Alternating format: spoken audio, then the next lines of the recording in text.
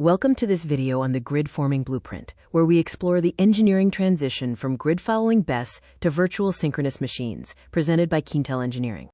For a century, power grids relied on the physical mass of spinning turbines to maintain frequency stability. However, as renewable energy displaces these synchronous machines, grid inertia is plummeting, creating a brittle system prone to disturbances. The inertia spectrum shows various technologies and their impacts. While traditional generation provides high inertia, wind and solar currently provide zero. Grid-forming BESS offers a tunable, software-defined approach to this critical challenge.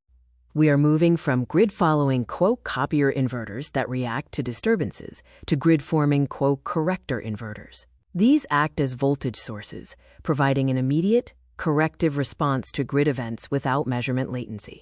This shift in power electronics is fundamental. Grid-forming technology eliminates the latency inherent in phase-locked loops, actively pulls the grid back into alignment during phase angle jumps, and provides natural support against voltage imbalances. How do we encode kinetic energy into software? By embedding the swing equation into the voltage reference generator, we create a virtual synchronous machine. The flywheel is virtual, but the power response is very real. Global regulations are evolving. Some regions use blanket mandates with limited requirements, while others, like Australia and Germany, have adopted market-based mechanisms that place a specific financial value on grid inertia. Understanding the physics of phase angle jumps is crucial. Simply labeling a system as "grid forming" isn't enough. Procurement teams must be careful, as failing to account for these dynamics can lead to equipment that fails during commissioning.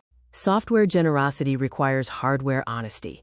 To deliver on grid code promises during high rates of change of frequency, your hardware must be sized correctly to handle significant short-term power flows through the inverter.